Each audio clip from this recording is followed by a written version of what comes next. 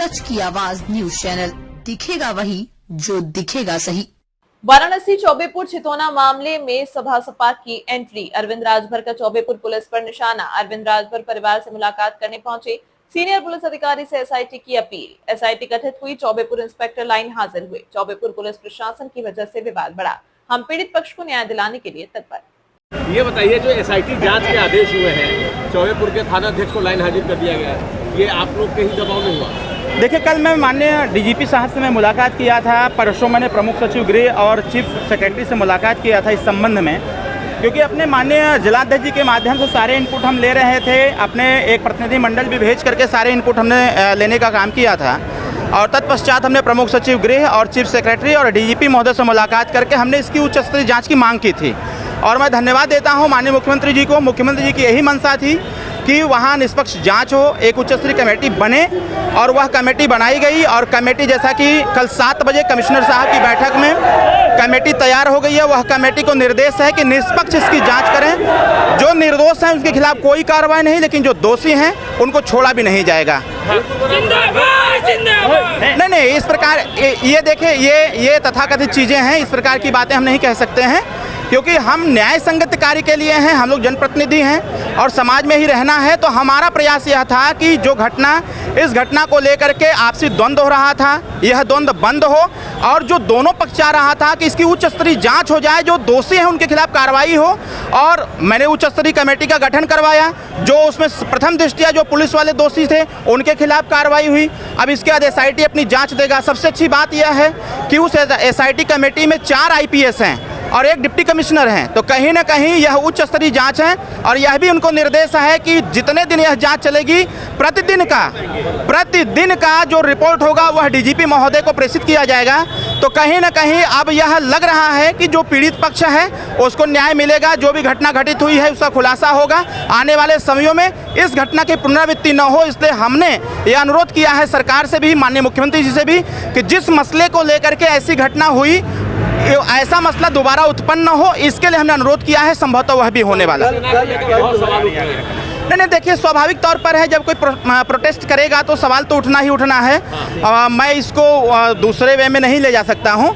सबका अपना अपना काम है, लेकिन यह जरूर ध्यान रखना चाहिए कि घटना की तथ्यात्मक जानकारी लेकर, जैसे मैं आज आया हुआ हूँ, घटना हुई 5 तारीख को, मैं 5 को भी आ सकता था, मैं 7 को भी आ सकता था, लेकिन हमने पूरी घटना की जानकारी लिया। हम चाहते थे कि कार्रवाई हो जाए, उच्च स्तरीय कमेटी बैठ जाए, क्योंकि हम जैसे लोग जब समाज के बीच में आते हैं तो समाज को न्याय की उम्मीद जग जाती है। और यहाँ आप देख रहे हैं हज़ारों लोगों की जो भीड़ है, यह कहीं न कहीं न्याय की उम्मीद से ही आए हुए हैं। तो हमारा प्रयास, हमारा काम जो था, भारतीय संविधान के मानक के अनुसार जो व्यवस्था है, लॉ एंड ऑर्डर मेंटेन करते हुए जीरो टॉलरेंस की जो नीति है उसके अनुसार उच्च स्तरीय कमेटी का गठन किया गया। समाजवादी पार्टी का डेलीगेशन गया था, वो ये आरोप लगा रहा है कि आप लोग कहते हैं कि पीला गमछा पहनकर थाने में जाइए तो थानेदार जो है इज्जत देगा, लेकिन यहाँ ये स्थिति हो गई। इसको लेकर के तमाम आरोप जो है समाजवादी पार्टी का डेलीगेशन लगा रहा था। जो डेलीगेशन आया था, मेरा आग्रह होगा कि वो पीला गमछा धारण कर लें और किसी थाने में चले जाएं, उनकी सुनवाई होगी। मैं जानता हूं उनका पीड़ा क्या है। उनकी पीड़ा यही है कि उनकी सुनवाई नहीं हो पा रही है। सुनवाई इसलिए भी नहीं हो पा रही है कि उनकी सरकार में जो गुंडागर्दी देखी गई वो चरम पर था। अगर उनको भय लगता है वर्तमान समय से, तो मैं उनसे आग्रह करूंगा कि उनका डेलीगेशन चाहे जहां जाए वो पीला गमछा धारण करके जाए और अच्छी बात सुनेंगे। अनिल राजभर, ओम प्रकाश राजभर 2 कैबिनेट मंत्री हैं, बावजूद इसके राजभरों की नहीं सुनी जा रही है। क्या बात कर रहे हैं? राजभर जी में ही राजभर समाज का हित है, सपा में ही ऐसा है। अगर नहीं सुना जाता तो उच्च स्तरीय कमेटी कैसे बनता? उनको इस बात का देखिए भय है। आज समाज के साथ कहीं भी कोई अन्याय अत्याचार हो रहा है, पूरा समाज एक मुश्त खड़ा हो रहा है, न्याय संगत कार्य हो रहा है, सरकार पर दबाव क्या कहना है। जो सरकार का काम है वो सरकार करेगी, जो शासन का काम है वो शासन करेगी।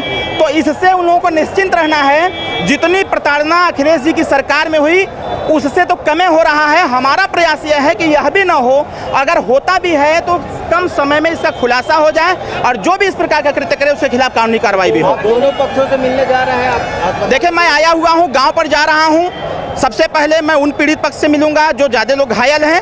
अगर दूसरा पक्ष तैयार हुआ मिलने के लिए तो अरविंद राजभर जरूर मिलेगा। एक सवाल ये है कि क्या लगता है, पहले प्रथम दृष्टिया अनिल राजभर जी को इस मामले को लेकर अगर वो सही तरीके से दोनों पक्षों से बातचीत करते तो मामला वहीं खत्म हो जाता? नहीं, ऐसा नहीं है। इससे प्रशासन की लापरवाही थी।